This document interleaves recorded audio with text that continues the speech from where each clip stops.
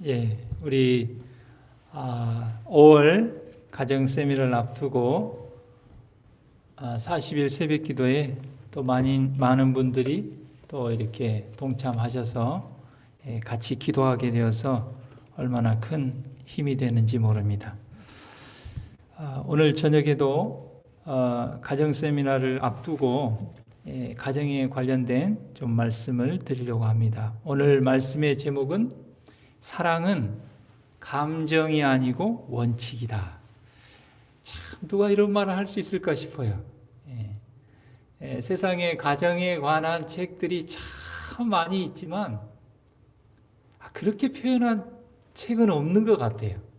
여러 가지 인간적인 미사여구를 많이 사용하지만 정말 이 한 줄에 엄청난 그런 기별이 여기에 다 들어있는 것 같아요. 사랑은 감정이 아니고 원칙이다. 우리는 정말 하나님도 모르고 성경도 모르고 선자를 통하여 주신 권면을 모를 때는 사랑이 하나의 감정인 줄 알았어요. 로맨틱한 드라마나 영화에 나오는. 그런데 우리가 가정을 이루고 이렇게 살아보면 사랑은 정말 원칙이라는 말이 많이 공감이 됩니다. 이번 4월 교회 진암 65페이지에 가정에 관련된 한 글이 있어서 좀 그 글을 소개해 드리려고 합니다. 오늘 직장에서 그 어느 때보다도 힘들었어요. 오늘 저녁 식사 준비를 할 수 있게 감자 5개만 껍질을 벗겨줘요 하고 아내가 숨을 내쉬며 문을 열고 들어와 곧장 침실로 향했다.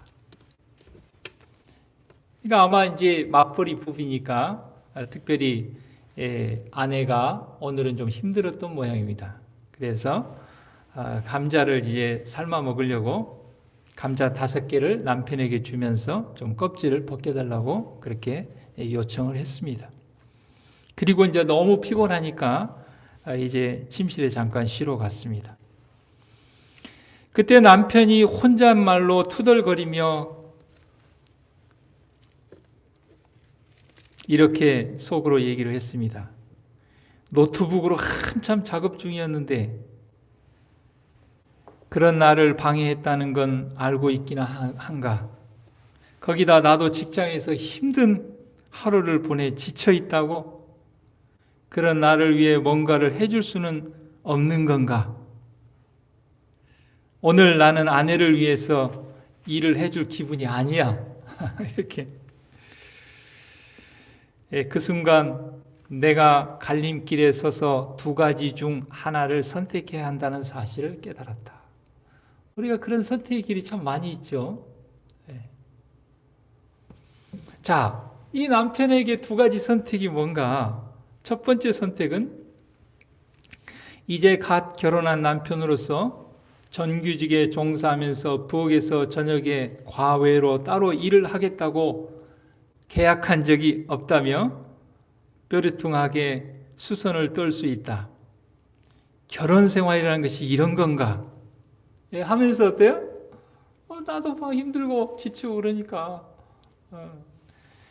그렇게 아내를 도와주지 않는 그런 길을 선택할 수 있습니다. 자, 2번째 선택은 남자의 자존심을 굽히고.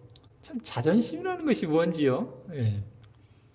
부엌으로 가서 감자 껍질을 즐거운 마음으로 벗길 수도 있다. 어쨌든지 일을 하다가 몇 분만 시간을 내면 되니까.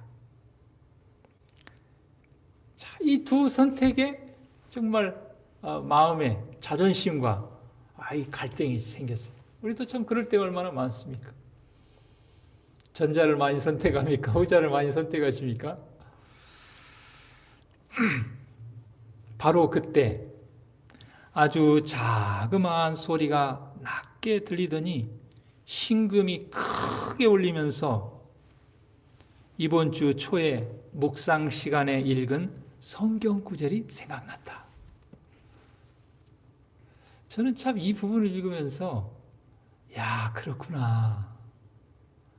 우리가 평상시에 늘 하나님의 말씀을 가까이 하고 묵상하는 훈련이 필요하구나.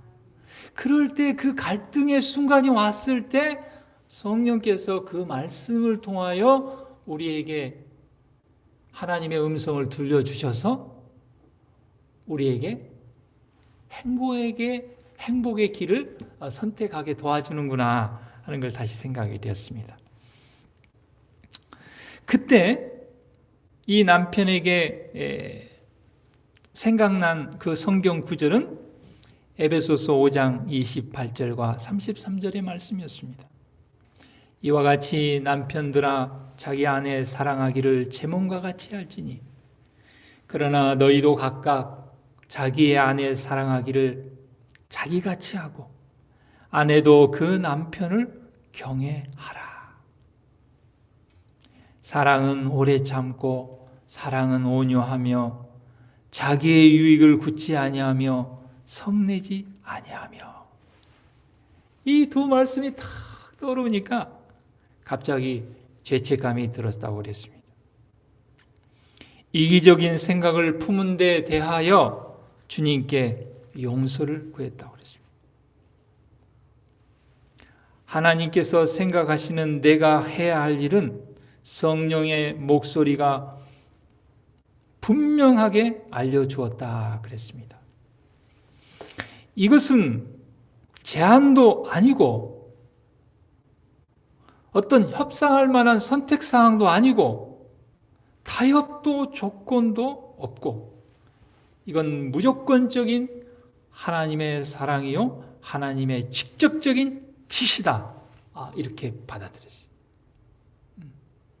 하나님의 음성을 그 말씀을 받아들인 것입니다. 그 하나님의 명령을 약속으로 받아들이신 거예요. 하나님의 본성을 보여주라. 하나님의 품성을 드러내라. 그것이 우리가 하나님께 영광 돌리는 거 아닙니까? 그것이 세천수의 기별 아닙니까?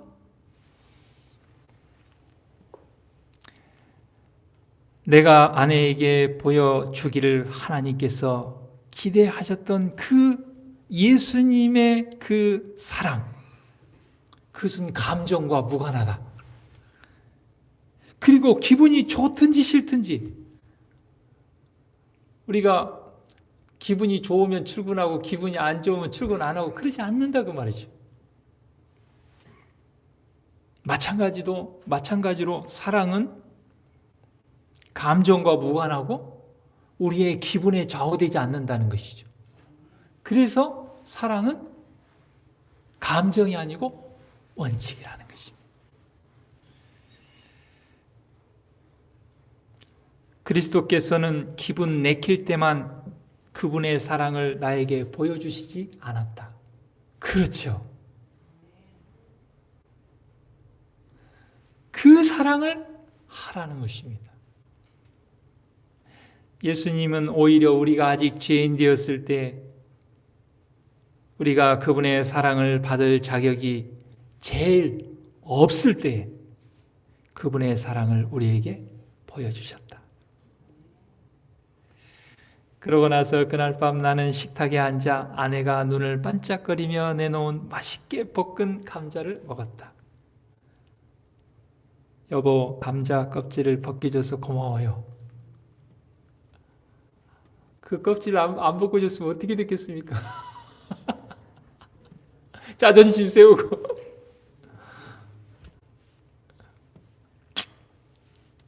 상상이 가죠. 우리 그런 경험이 많으니까.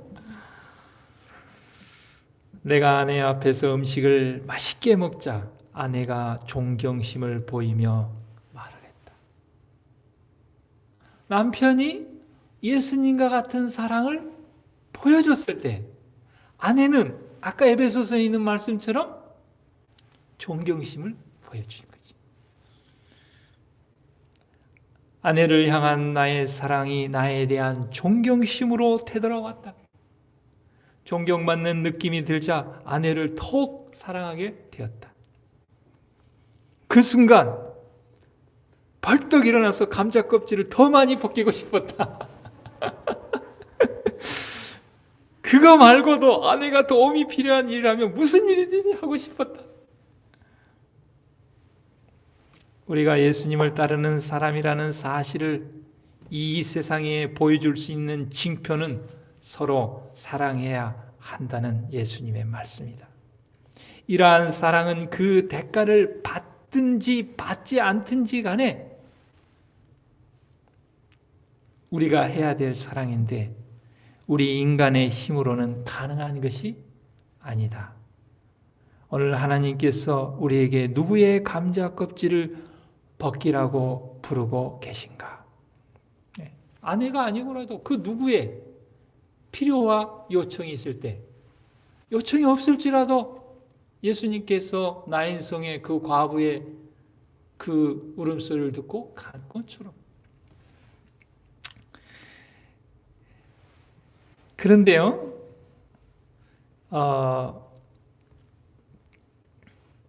이 재림 신도의 가정에 보면은 사랑은 원칙이라고도 했는데 사랑은 우리가 예수님에게서 받는 귀한 선물이다 그랬어요. 참 저는 이번에 이렇게 말씀을 준비하면서 원칙이라는 말은 예전에도 들어서 좀 공감이 갔고 다시 한번 확인하게 됐는데 이 사랑도 선물이라는 말이 굉장히 마음에 와닿았어요. 믿음도 선물이라고 그러잖아요. 왜 선물인가? 우리 힘으로 할 수 없는 거니까 그런 것 같아요. 우리가 머리로는 알지만 말씀을 들으면 그거 이렇게 하고 싶다는 마음이 들지만 막상 그런 지경에 처하면 그런 갈림길에 놓이고 그런 선택의 상황에 놓이면 어때요? 우리는 하나님의 음성을 듣고 순종하기보다는 내 감정에 따라 그렇게 선택하고 움직일 때가 많죠. 그래서 참 이게 알고는 있지만 굉장히 어렵고 불가능한 것인데 그래서 그것은 선물이다 그렇게 표현을 했어요. 순결하고 거룩한 애정은 감정이 아니고 원칙이다. 진실한 사랑이란 충동으로 일깨워진 그리고 심한 시련을 만나면 갑자기 시들어버리는 그런 성격의 그런 사랑이 아니다. 사랑이란 하늘 분위기에서 자라는 식물이므로 이를 배양하고 거름을 주어야 한다. 그러니까요, 사랑도 어떻게 보면 하나님께서 우리에게 선물로 작은 씨앗을 주시면 처음부터 하나님께서 막 큰 예수님과 동일한 그 자아희생적인 완전 무하의 사랑을 그게 아닌 것이죠. 작은 사랑을 하나님께서 우리에게 선물로 주면 그 사랑을 어때요? 우리의 마음에 심어서 배양하고 거름도 주고 돌보고 그래서 점점 큰 사랑으로 예수님의 분량까지 이르게 되는 것이죠. 정다운 마음씨, 진실하고 사랑스러운 말. 진실하고 사랑스러운 말은 가족들을 행복하게 한다. 우리는 제가 볼 때 우리 한국 사람들은 이 먹는 것 빼면 할 얘기가 없는 것 같아요. 먹는 얘기를 참 많이 하고 먹는 것과 참 관련해. 그래서 어떻게 보면 이렇게 맛있는 것을 사주거나 차려주는 것이 굉장히 뭐라 그럴까 사랑의 표현인 것 같아요. 우리 한국 사람은 그 사랑의 표현의 많은 부분이 먹는 것과 관련이 있는 것 같아요. 그런데요, 우리가 아무리 맛있는 것, 비싼 거 사주고 정말 엄청나게 상을 차려준다 할지라도 사랑스러운 말을 하지 않으면 다 무너지는 것입니다. 아무리 맛있는 것도 먹고 싶지 않아요. 그렇잖아요. 진실하고 사랑스러운 말이 행복하게 해주는 것입니다. 우리가 돈이 좀 없어서 반찬 몇 개 못 차려도 사랑으로 하는 말이 그 반찬 몇 개만 먹어도 어때요? 감사하고 행복할 수 있어요. 우리 전도사님 저희 교회에 와서 첫 설교하면서 감사에 대해서 설교하면서 그 선교지에서 돈이 떨어져가지고 며칠 굶으니까 고프다 못해서 배가 아팠다고 그러는데 저도 경험을 못했는데 우리 전도사님이 그런 경험을 했다고. 그러고 나니까 어때요? 배만 안 굶어도 감사. 진실하고 사랑스러운 말이 가족들을 행복하게 해줄 뿐만 아니라 우리가 만나는 우리 모두를 행복하게 해주는 것입니다. 정말 진실하고 사랑스러운 말을 하는 저와 여러분이 되기를 바랍니다. 그리고 그러한 가마의 범위 안에 들어오는 모든 사람들에게 향상하게 하는 가마를 끼친, 그게 전도죠. 마지막 때 정말 새 천사의 기별을 통한 전도는 하나님의 품성을 통한 전도입니다. 다른 건 다 막혀도, 건강 기별이 막혀도 사랑의 가마를 통한 것은 그건 아무도 막을 수 없어요. 사단도 막을 수 없습니다. 그런 사랑의 가마가 이렇게 딱 있으면 거기에 들어온 사람이 다 뭐예요? 행복하고. 그 사랑의 가마에 동화돼서 그 비결을 배워서 그들도 행복한 가족이 되는 거예요. 여러분, 코로나만 전염성이 있습니까? 사랑은 코로나보다도 더 강력한 전파력이 있습니다. 그런데 왜 우리 사랑이 전염을 못 시키고 있습니까? 하나님께서 우리에게 준 그 사랑이라는 그 씨앗을 잘 배양하고 거름을 주어서 그 가마의 범위를 넓혀야 되는데 아직 그렇게 못하기 때문에 그런 것입니다. 사랑은요, 말과 행동을 통하여 나타난다고 그랬습니다. 마태복음 24장에 보면 아브라함이 이삭의 아내 리브가를 맞이해서 결혼시키는 그런 장면이 정말 창세기 24장에 걸쳐서 쫙 나옵니다. 창세기 24장 1절에 보면 아브라함이 나이가 많이 늙었고, 그렇죠, 100세에 나왔으니까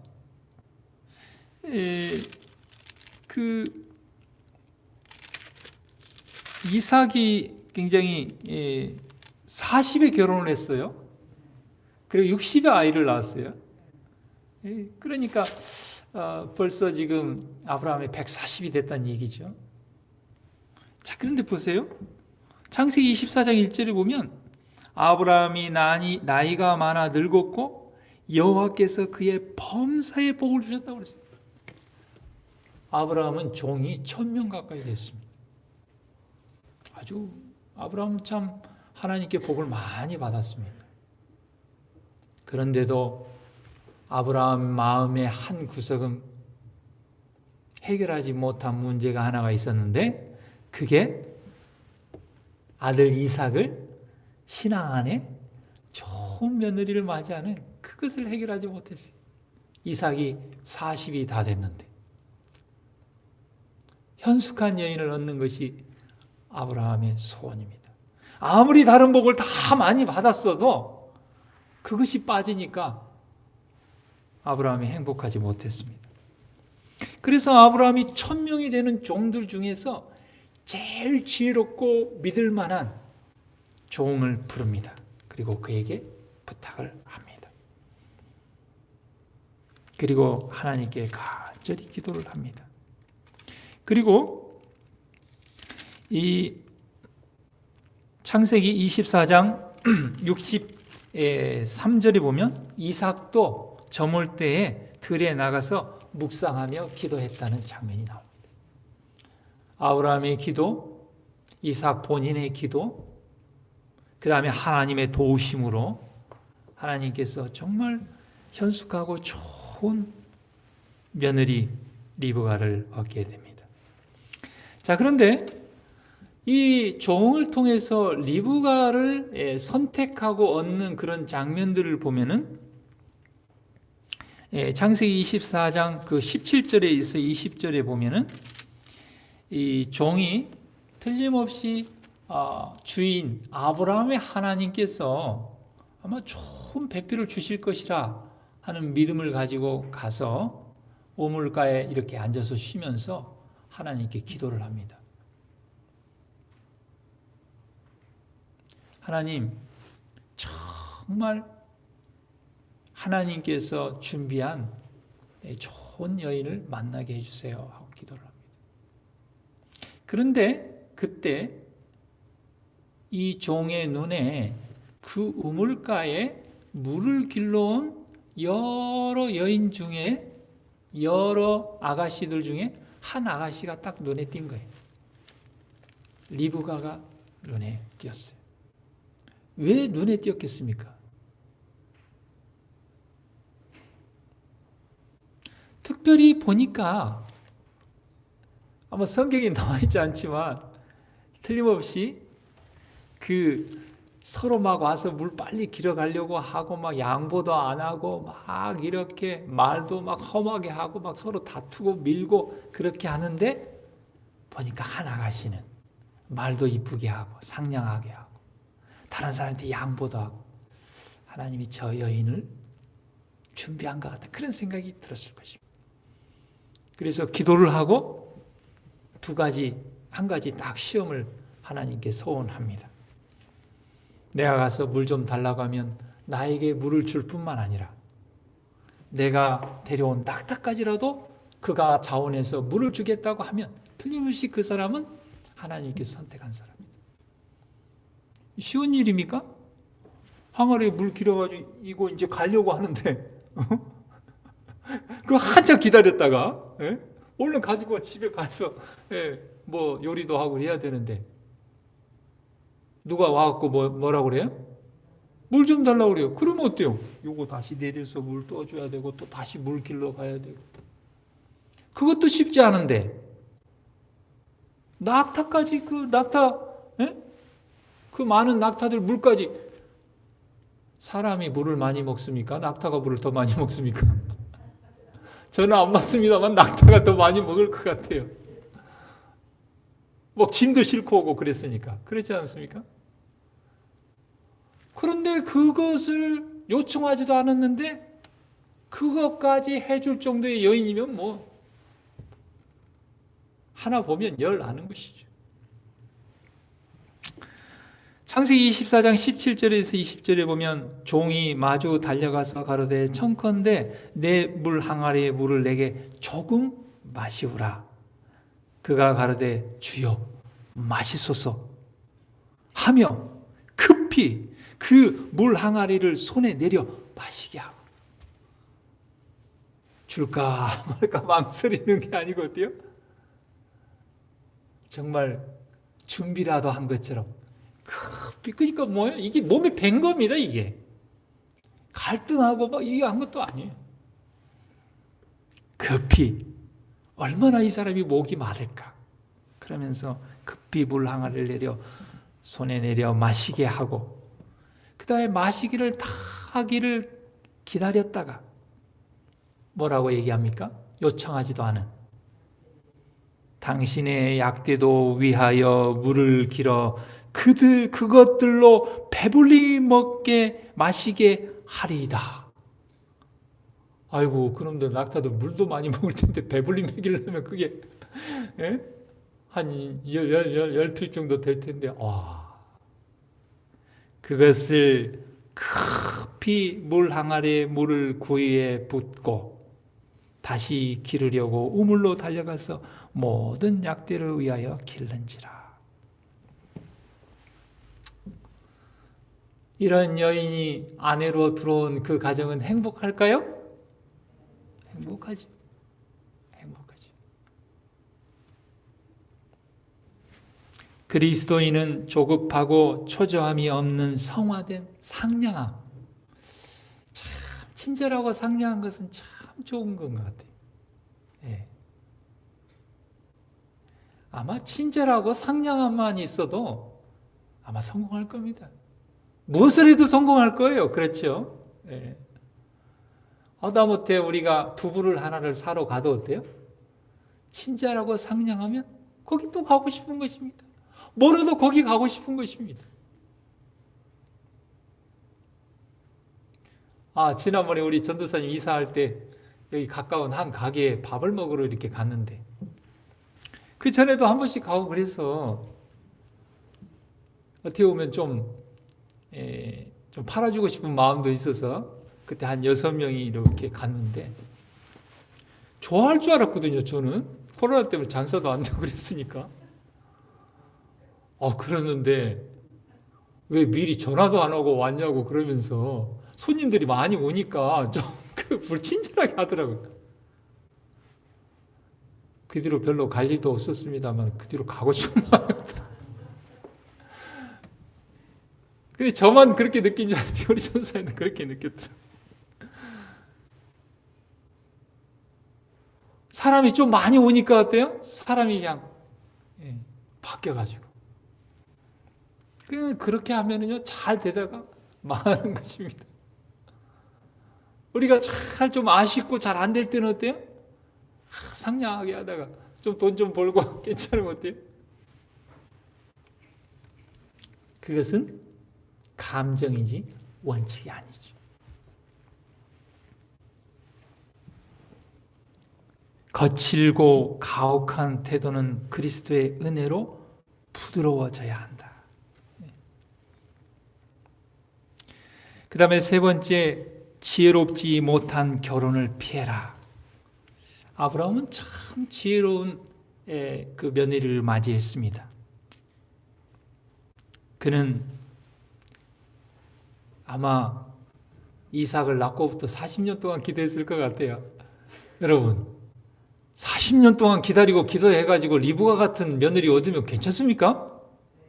괜찮죠. 좀 늦으면 어때요? 네? 빨리 했다 망하는 것보다 낫지 않습니까?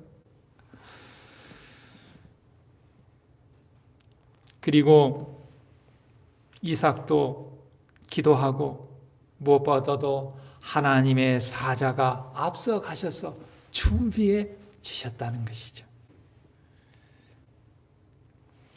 제약적인 생각은 늙은이는 물론이요 젊은이도 품게 되는 바 지혜롭지 못하고 깨끗하지 못한 구원이나 결혼은 언쟁, 분쟁, 이간, 난폭한 정욕의 방종, 부부간의 불신실, 고집을 억제하지 아니함, 과도한 욕망, 영원한 이익에 대한 무관심 등의 결과를 면할 수 없다. 그랬습니다.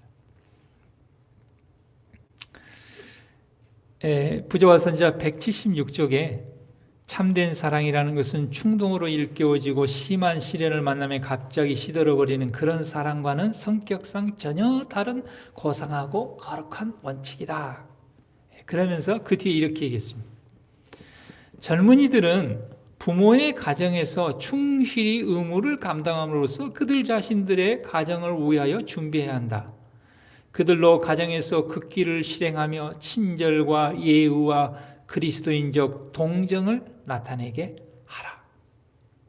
그러니까 엄마가 아빠를 존중하고 아빠는 엄마를 사랑하고 배려하고 예의 있게 하고 친절하게 하고 사랑을 배우는 아이들이 보고 배우는 것이죠. 그런 가정에서 자란 자녀들은 그렇게 할 때 사랑은 마음속에 따뜻히 간직될 것이며 그와 같은 가정에서 자라나서 나중에 자기 자신의 가정의 가장이 되는 사람은 평생의 반려자로 선택한 여자의 행복을 증진시키는 방법을 알 것이다. 여보, 하여튼 다음에 사위 얻을 때 그런 방법을 아는 사위를 좀 얻으면 좋겠어요. 그런 방법을 아는 며느리를 얻으면 좋겠어요. 우리 김은영 집사님. 그렇죠. 결혼은 사랑의 종말이 되는 대신에 사랑의 시작이 될 것이다. 요즘 젊은 사람들이 왜 결혼을 미루고 막 늦게 하려고 그럽니까? 뭐 여러 가지가 이유가 있지만 결혼하면 끝이다 그거죠. 그런데 여러분, 오늘 하나님께서 우리에게 말씀하시기를 사랑이 감정이 아니고 원칙일 때, 하나님의 선물로 그것을 받았을 때 결혼은 사랑의 종말이 되는 대신에 사랑의 시작이 될 것이다. 그렇다면 아마 다 빨리 결혼하려고 하지 않겠습니까? 뭐 다는 아닙니다만은 대개 이 부부간에 막 폭력을 쓰고 이렇게 행복하지 못한 모습을 보여주면 그 자녀들이 잘 결혼을 안 하려고 그래요. 혼자 살려고 합니다. 왜냐면 어려서부터 늘 이성에 대한 이미지가 아버지, 엄마로 다른 남자도 있고 다른 여자도 있는 것인데, 그런데 가정에서 우리 아이들이 정말 딸들이 우리 저런 아빠 같은 사람 만나면 좋겠다. 아들들이 저런 엄마 같은 아가씨를 만나면 좋겠다. 그러면 어때요? 빨리 결혼하고 싶고 가정을 이루고 싶고 사랑의 시작인 결혼을 하고 싶지 않겠습니까? 제가 어제 한 가정을 이렇게 시내에 우리 영은이 뭐 필요한 거 있어서 사러 갔다가 만났는데 행복해 보이더라고요. 그 부부가 이렇게 나이가 지금 아마 50이 이제 남편은 좀 넘었을 텐데, 중반이 넘었을 텐데도 아내 가방도 들어주고 이렇게 보니까 부부 표정이 행복해 보여요. 아마 우리 중앙교회 우리 청년 중에 우리 동균이라고 아마 고등학교 때 우리 교회에 출석하다가 천명 선교사도 가고, 아마 우리 장로님 집사님 기억하실지 모르겠습니다.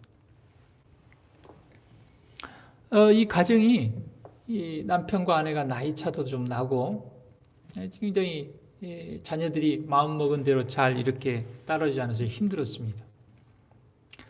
그러다가 동균이가 이제 고등학교 들어갈 무렵에 우리 교회의 장로님의 소개로 삼육고등학교를 보내게 된 것입니다.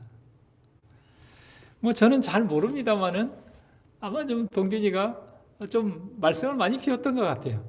엄마 아빠 마음에 속을 많이 썩였던 것 같아요. 그런데 동균이가 호남 삼육고등학교를 가더니 애가 변한 거예요. 엄마 아빠가 볼 때 너무 좋게 변한 거예요. 그때 우리 서울로 시집에서 간 우리 김현정 선생님이 이 동균이를 담임하면서 사랑으로 침례도 받고, 그래서 이 부부가 그 아들의 변화된 모습을 통해서 우리 교회 신앙을 시작합니다. 침례를 받고. 그리고 작년인가 재작년에 최근에 그 부부가 집사 직분을 받았어요.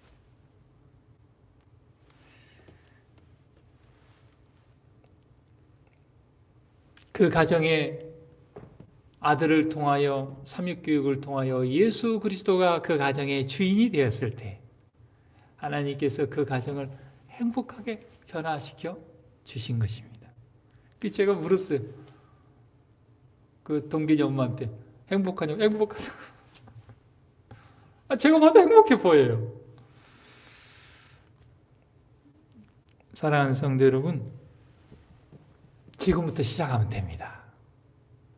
사랑은 감정이 아니고 원칙이다. 예수님께로부터 받는 선물이다.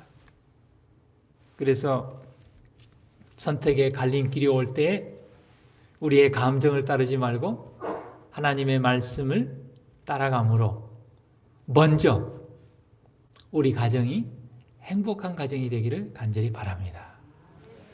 기도하겠습니다. 특별히 오늘 우리 교회 카톡에도 올렸는데 우리 윤성결 우리 전도사님이 이제 새로운 선교지로 가게 됐는데 그 일을 위해서도 좀 많이 기도해 주시기를 바랍니다. 기도하겠습니다. 하늘에 계신 하나님,